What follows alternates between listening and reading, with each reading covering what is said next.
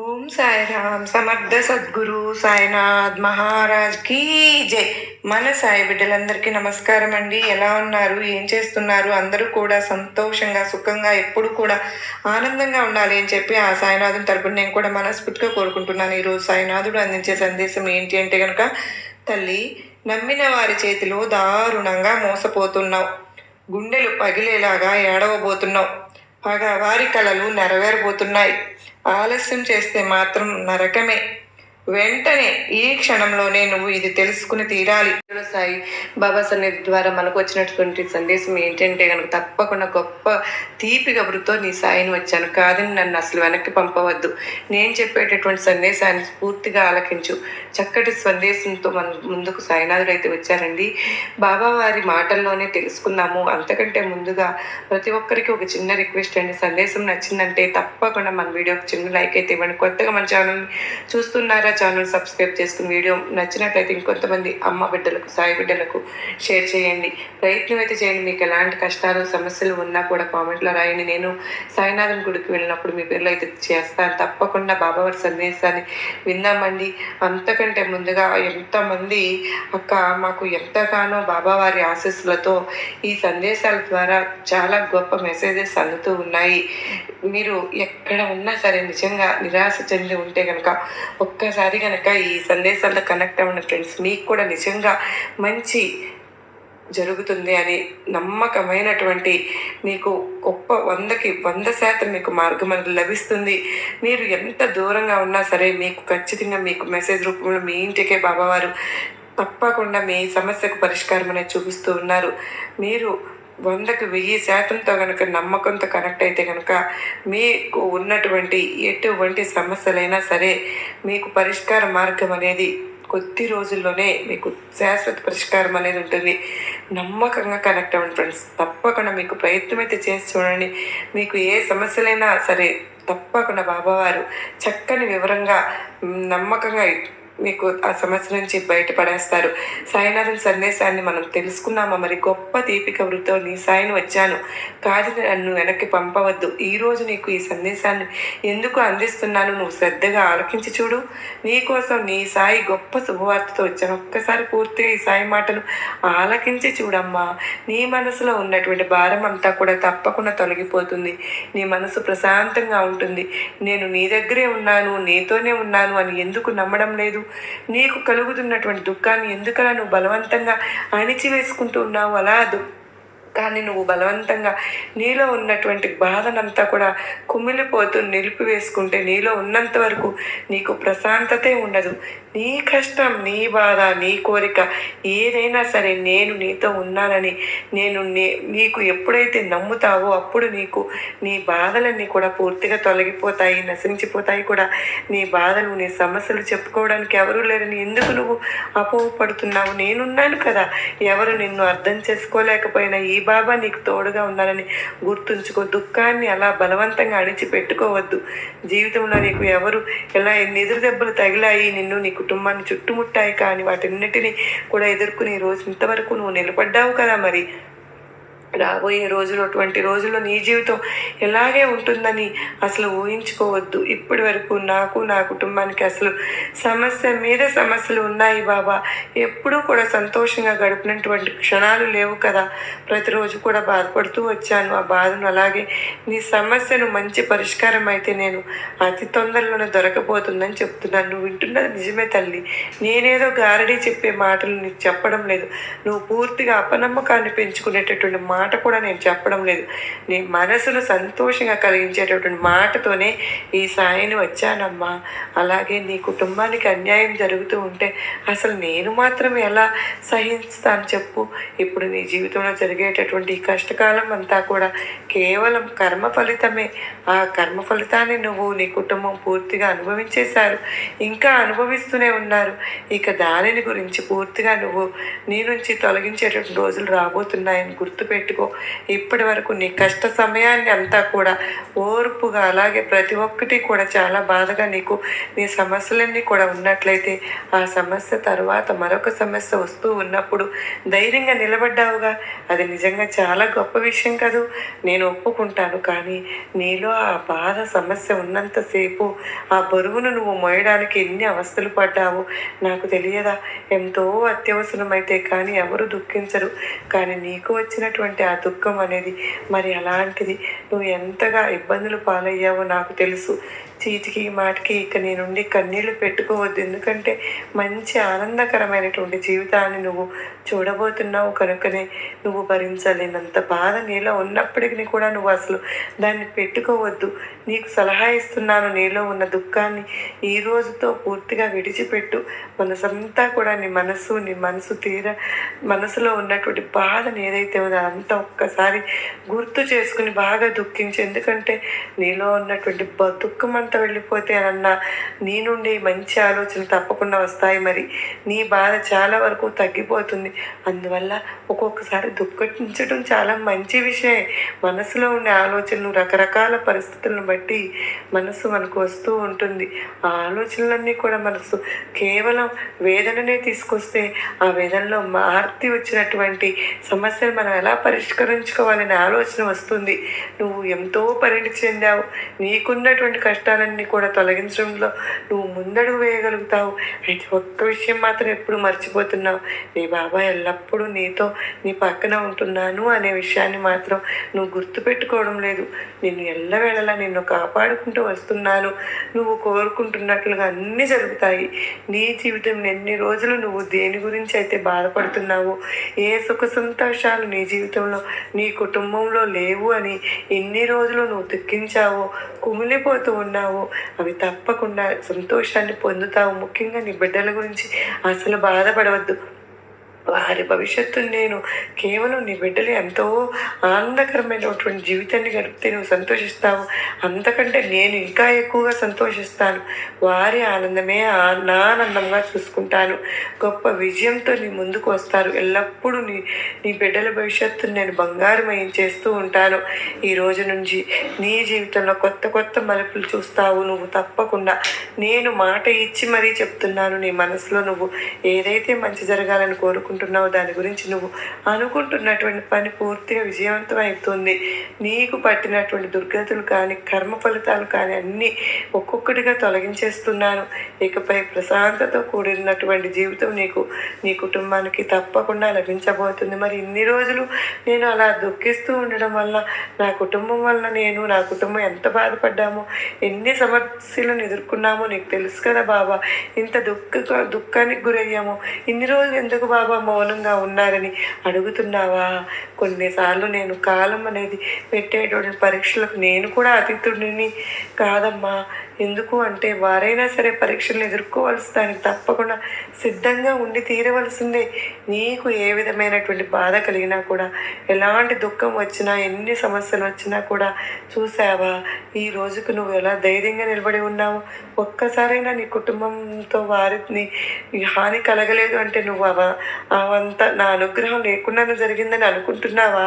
నువ్వు తలుచుకున్న వేళ తలుచుకోకపోయినా కూడా నేను మాత్రం నిన్ను సదా కాపాడుకుంటూనే వచ్చాను. ఇది నువ్వు నమ్మినా నమ్మకపోయినా జీవిత సత్యం. ఇన్ని రోజులు నువ్వు అనుకుంటున్నటువంటి ఏ కార్యము జరగలేదు, నా జీవితం అంతా కూడా సమస్యల పాలైపోయిందని బాధపడుతూ ఉంటే జీవితం నిరాశతో కూరుకుపోతే ఎలా చెప్పు? నిరాశ అన్నది నీలో ఉన్నటువంటి ప్రతిభను అలాగే అసలు మరిపించేలాగా చేస్తుంది. కనుక ఇక నుండి నీ జీవితం ఎలా మారబోతుందో నువ్వే చూస్తావు. శ్రమించడం అనేది నీ కర్తవ్యంగా పెట్టుకో. అందుకు కావలసినటువంటి సంపదను ఇక్కడ ఇవ్వడం కర్తవ్యంగా నేను పెట్టుకుంటాను. నిన్ను బాధకు గురిచేసేగా పని పెట్టుకున్నటువంటి నువ్వు ఏ విధమైనటువంటి సమాధానం కూడా వారికి ఇవ్వవద్దు. మంచి సమాధానం అయితే ఇస్తుందని నీ మనసుకు నువ్వు చెప్పుకో. తప్పకుండా నీపై నమ్మకం అనేది ఏర్పడుతుంది. ఏదైనా కానీ నేను సాధించగలను అనేటటువంటి అచంచలమైన విశ్వాసం కూడా నీకు ఉందని. కాకపోతే కొన్ని రోజులు రోజులు కొన్నిసార్లు కొన్ని సంవత్సరాలు నీకు అనుకూలంగా లేవు. అందుకనే నీకు అంతా కూడా అనుకూలంగా ఉంటుందని, జీవితం అంతా కూడా నువ్వు సుఖ సంతోషాలతో ఉంటావని, ఈ రోజు నుంచి నువ్వు చూడనంత సంతోషాన్ని కుటుంబంలో చూడబోతున్నారు. వారితో కలిసి ఏదైతే కలలు కన్నావో అదంతా కూడా నువ్వు తప్పకుండా అనుభవిస్తావు. మనస్ఫూర్తిగా ఇక్కడ నుండి నీ మనసులో ఉన్నటువంటి చెడు ఆలోచనలన్నీ కూడా బయటకు పంపి నీ మనసును కూడా ప్రశాంతమైనటువంటి మంచి మంచి ఆలోచనలతో నిండి ఉండేలాగా చూసుకో. ఈ సాయిని ఎన్నోసార్లు చెప్తున్నాను, నువ్వు ఎలాంటి ఆలోచనలు పెట్టుకోవద్దు, ఆనందంగా జీవితంగా గడుపుతావు అని నీ నుండి నేను కోరుకుంటున్నాను. ఈరోజు నీ బాబా నీకు ఈ శుభవార్త తప్పకుండా చెప్తున్నాను. ఉద్యోగం గురించి కానీ, సంతానం గురించి కానీ, నీ బ్రతుకులో ఒక వెలుగు ఇవ్వడానికైతే నేను చెప్పేటువంటి సందేశాన్ని పూర్తిగా ఆలకించే చూడు అని చెప్తున్నాను. శ్రద్ధగా వింటున్నావా? మీరు గుండెల్లో దాచుకున్న కోరిక ఎన్నాళ్ళుగా ఎదురు చూస్తున్న శుభవార్త ఇప్పుడే తలుపు తట్టబోతుంది. ఈ మాటలు మీకు చిన్న శబ్దంతో అనిపించవచ్చు, కానీ ఇది బాబా మీకు పంపినటువంటి సంకేతంగా భావించి శ్రద్ధగా విన్నావు అంటే నీ జీవితంలో గొప్ప మార్పులను చూస్తావు తల్లి. నీ బాబా నీ కష్టాలను రూపుమాపబోతూ ఉన్నాను. అతి పెద్ద మార్పు, పెద్ద శుభవార్తతో నీ ముందుకు నేను వచ్చాను అని నీ సాయిని నేను చెప్తున్నాను. నువ్వు దృఢంగా నమ్ము తల్లి. నీ బిడ్డలు ఎప్పుడూ కూడా సంతోషంగా ఉండేలాగా నీ సాయిని నేను చూస్తూ ఉంటాను అని చెప్పి ఎన్నోసార్లు నీకు పలుమార్లు నీ సాయి నీకు గంటాపదంగా చెప్తూనే ఉన్నాను.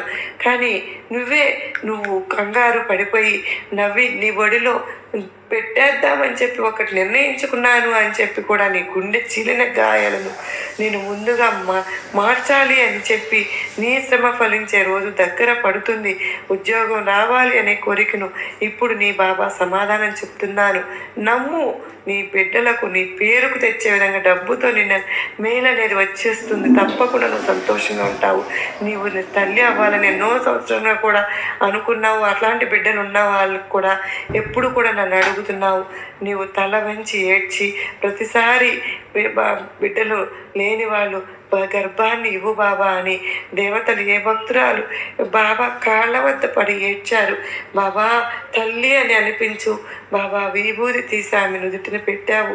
4 నెలల తర్వాత ఆమె హృదయంతో బ్రతుకుతున్న మరొక ప్రాణం తలుపు తట్టింది. ఈరోజు నీకు కూడా అదే బుద్ధి చెప్తున్నాను. నీ బుద్ధి నా శరణు లోపల ఉంచు. నీ గర్భాశయాన్ని నా ఆశీర్వాదం తాకుతుంది.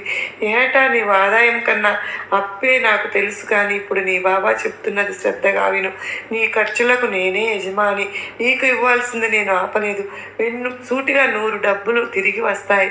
ఎవరో నీపై బకాయిలతో తిరుగుతున్నారు అని అనుకుంటున్నావా? ఇంకా డబ్బులు రావడం లేదని బాధపడుతూ ఉన్నావు కదూ. ఓ రోజు ఓ భక్తుడు వచ్చాడు. బాబా, నా కష్టానికి ఫలితం లేదు బాబా. నవ్వి ఇలా అన్నాడు, నీకు నేను సిద్ధం చేసిన వేతనం ఇంకా సంతకం కాలేదు. అది ఒక పెద్దవాళ్ళ చేతుల్లో ఉంది. ఈ వారంలోపు నీ ఖాతాలో డబ్బులు తప్పకుండా పడి తీరుతాయని నిన్ను ఎవరైతే అర్థం చేసుకోవడం లేదో బంధం తప్పకుండా అర్థం చేసుకుంటుంది. నీ భర్త నిన్ను అర్థం చేసుకోలేదు, పిల్లలు బారడం లేదు, తల్లిదండ్రుల మాట వెనక బాధ పెడుతున్నారని ఎన్నో రకాలుగా బాధపడుతున్నావుగా. నువ్వు మౌనంగా ఉన్నావు. తప్పుగా అర్థం చేసుకున్నారు వారు. లోపల నన్ను చూస్తున్నారు. ఇప్పుడు మార్పు మొదలవుతుంది. ఆ బంధాలు తిరిగి ప్రేమతో తడుస్తాయని గుర్తుపెట్టుకో. ఈ మాటలు నేను పంపించానని జాగ్రత్తగా విను. నా శరణను వచ్చిన వారిని ఒక్కరైనా తిప్పి పంపలేదు, ఒక్కరిని కూడా వెనక్కి పంపలేదు.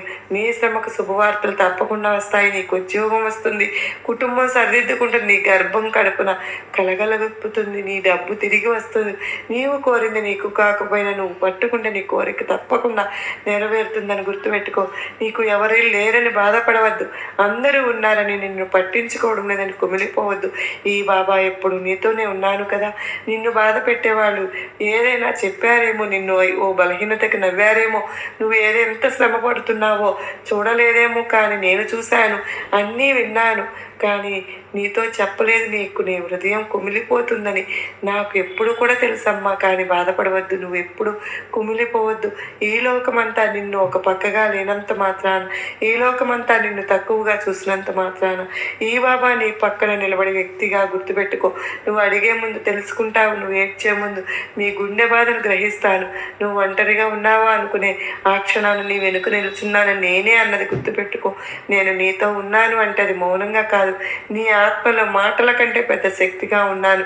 నీ వెక్కిళ్ళ మధ్య, నీ నిద్రలేని రాత్రుల మధ్య నువ్వు పిలకపోయినా నేనే ముందుగా నీ గుండెను తడిపేస్తాను. బాధ అది మానవ జీవితానికి భాగమే, కానీ ఆ బాధను తట్టుకునే శక్తి ఈ బాబా నీకు ఇస్తాను కదా. నీ మీద చూసి అపహాస్యం తుడిచిపెట్టే ఓ చల్లని చెయ్యి ఈ బాబా వేదాంతమే. ఎవరూ లేరు అని అనుకోవద్దు, ఎవరు అర్థం చేసుకోలేదని ఎప్పుడు కూడా బాధపడవద్దు. ఈ బాబా నీ పక్కనే నిలబడి ఉన్నానని గుర్తుపెట్టుకో. ఒక్క మాటతో నేను నీ నవ్వును వదిలిపెట్టను అని నీకు చెప్తున్నాను. బాధ వచ్చిందా బాబాని పిలువు. కుమిలిపోయావా నీవు విరిగిపోడగలదని బాబా నిన్ను పట్టుకుంటాను. ఎవరూ లేరని అనిపించినా నీ గుండె లోపల ఈ బాబా ఉన్నానని గుర్తుపెట్టుకో. నేను ఎప్పుడు నీ మాటలు వింటున్నాను. నీ సాయి మాటలు విని తూచా తప్పకుండా పాటిస్తావని నేను నుండి కోరుకుంటున్నాను. మరి ఆ మాటలు ఏమిటో, ఎందుకోసమో, నీకు ఎలాంటి మాటలు చెప్పాలని అనుకుంటున్నానో తప్పకుండా నువ్వు ఇప్పుడు ఏం చెప్పాడో నీ మాటలు విని నీవే తప్పకుండా తెలుసుకోమ్మా. ముందుగా నువ్వు అనవసరంగా వృధాగా కార్చేటటువంటి ఒక్కసారి ఆ కన్నీటిని తుడుచుకో. ఈ సాయి మాటలను శ్రద్ధగా ఆలకించు. నీ సాయిని గురించి నీకు తెలియనటువంటి నీకు అర్థం చేసుకోలేకపోతున్నావు కదా. ఎలా అమ్మా అలా అయితే? ఎప్పుడైనా కానీ ఒంటరిని అనేటటువంటి విధమైనటువంటి ఒక ఆలోచన నీకు ఎప్పుడైనా కలిగిందా? అలా కలిగినప్పుడు నీ సాయి నీకు తోడుగా లేడు అని నీవు పరిపూర్ణంగా నమ్మావా? లేదు కదూ. నిత్యము నిన్ను ఏదో ఒక విధంగా సంతోష పెట్టాలని చూస్తూ ఉన్నటువంటి నీ సాయి నాన్నను నువ్వు అర్థం చేసుకోలేకుంటే మరి ఎవరు అర్థం చేసుకుంటారు? ఎప్పుడు కూడా నీ బాధను నేనే అర్థం చేసుకుంటున్నాను కదా. ఒక తండ్రిగా, ఒక తల్లిగా, ఒక సోదరిగా, ఒక స్నేహితునిగా, ఒక సోదరిగా ఇలా ఎప్పుడు కూడా నీవు ముడి పెట్టుకున్నావు. ఆ బంధంలో నిల్చుని నీ బాధలన్నీ తప్పకుండా తీరుస్తాను. నేను ఒంటరిని అని నువ్వు చింతిస్తే సరిపోతుందా? నేను అసలు ఎందుకు అలా ఒంటరిగా మిగిలిస్తాను చెప్పు. అలా ఎందుకు అనుకుంటావు? అంత అండగా నీ సాయిని ఉన్నానన్న విషయాన్ని నువ్వు గుర్తుపెట్టుకు. ఎన్నో ప్రయత్నాలు దురదృష్టాన్ని అణిచివేస్తూ ఉన్నావు. నీకున్నటువంటి ఆర్థిక పరిస్థితులు అన్నీ దేని గురించి ఎక్కువగా ఆలోచిస్తూ బాధపడుతూ సమయాన్ని దేనికోసం కేటాయిస్తూ ఉన్నావు. ఆ సమయాన్ని ఇక నువ్వు మర్చిపోవాల్సిందే. ఎందుకంటే నిన్ను వెతుక్కుంటూ ఒక మంచి అవకాశం కూడా రాబోతుంది. ఎవరో నిన్ను మోసం చేశానని వారి గురించి అదే పనిగా ఆలోచిస్తూ నీ జీవితాన్ని చేతులారా నువ్వు నాశనం చేసుకుంటూ ఉంటున్నావు. ఇక నిన్ను కనిపించని వారిని ఎందుకు అలా బాధ పెడుతున్నావు చెప్పు. ఆ పిచ్చి తల్లిదండ్రులు ధైర్యం చెప్పవలసింది నీవే కదా.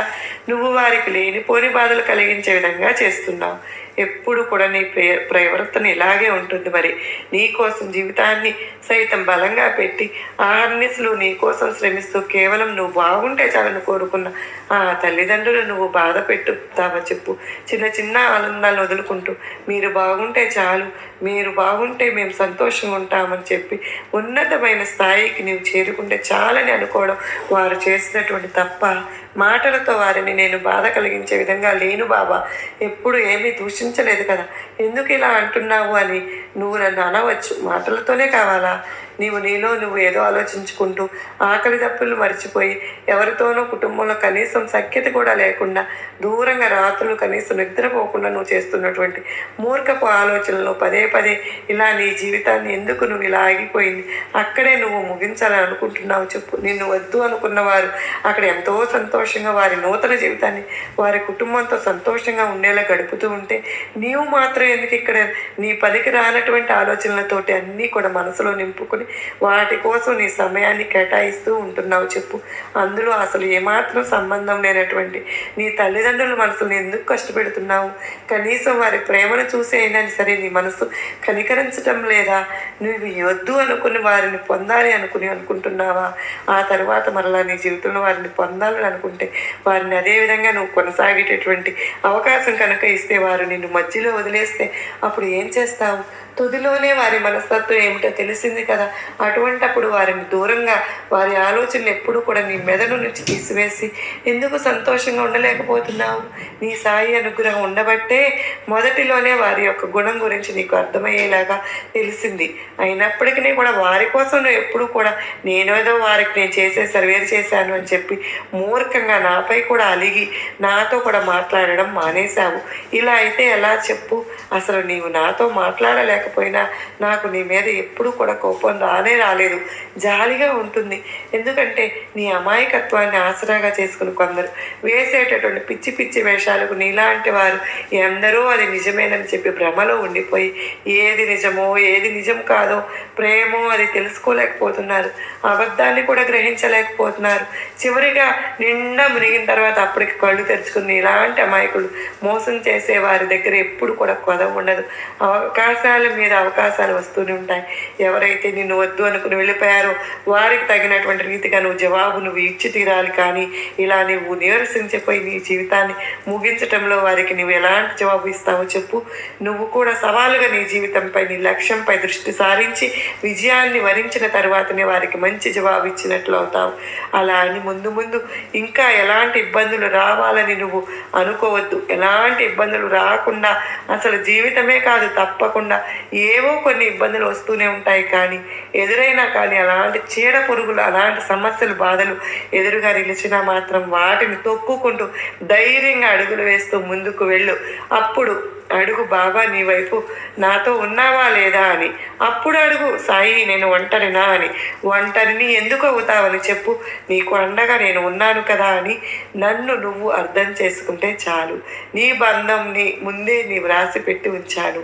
ఆ బంధాన్ని నువ్వే నీకు ఉంచాను కనుక నీ వరకు చేరాలంటే నువ్వు ఇప్పుడు దాని గురించి ఆలోచించేటువంటి వయసు కూడా నీకు లేదు. ఆ సమయం రాగానే నీ గురించి అంతగా ఆలోచించేటటువంటి నీ సాయిని నీకు మంచిది ఏది అనిపిస్తే మంచిది కాదో నువ్వు సమయాన్ని ఇస్తావు కదా. ఆ సమయంలో నాకు ఇచ్చినటువంటి పనిని నేను విజయవంతంగా పూర్తి చేస్తాను. గొప్ప తీపి కబురుతో నీ సాయిని వచ్చాను. నువ్వు తప్పకుండా ఈ తీపి కబుర్ని అన్నీ విని సంతోషంగా నీ జీవితాన్ని గడుపుతావని నీకు నా ఆశీర్వాదం ఇస్తున్నాను బిడ్డ అని బాబా అత్యద్భుతమైనటువంటి సందేశాన్ని అందించారు కదా ఫ్రెండ్స్. ఈ సందేశం మీ అందరికీ కూడా గొప్ప నమ్మకాన్ని, ధైర్యాన్ని కలిగించిందని అని అనుకుంటాను. నమ్మకంతో కనెక్ట్ అయ్యారని అనుకుంటున్నాను. నచ్చింది అని అనుకుంటున్నాను. నచ్చిన వారందరూ ప్లీజ్ అండి తప్పకుండా ఈ వీడియోకి ఒక చిన్న లైక్ అయితే ఇచ్చి సపోర్ట్ చేస్తారని ఆశపడుతూ ఉన్నాను. మీరందరూ కూడా బాబా వారి ఆశీస్సులతో, సుఖ సంతోషాలతో, అష్టైశ్వర్యాలతో, ఆయురారోగ్యాలతో ఉండాలి అని చెప్పి మనస్ఫూర్తిగా బాబా వారిని ప్రతి ఒక్కరోజు నేనైతే ప్రేయర్స్ పెడుతున్నాను. మరలా చక్కని సాయినాథుని సందేశంతో కలుసుకున్నంత వరకు అందరికీ నమస్కారం అండి.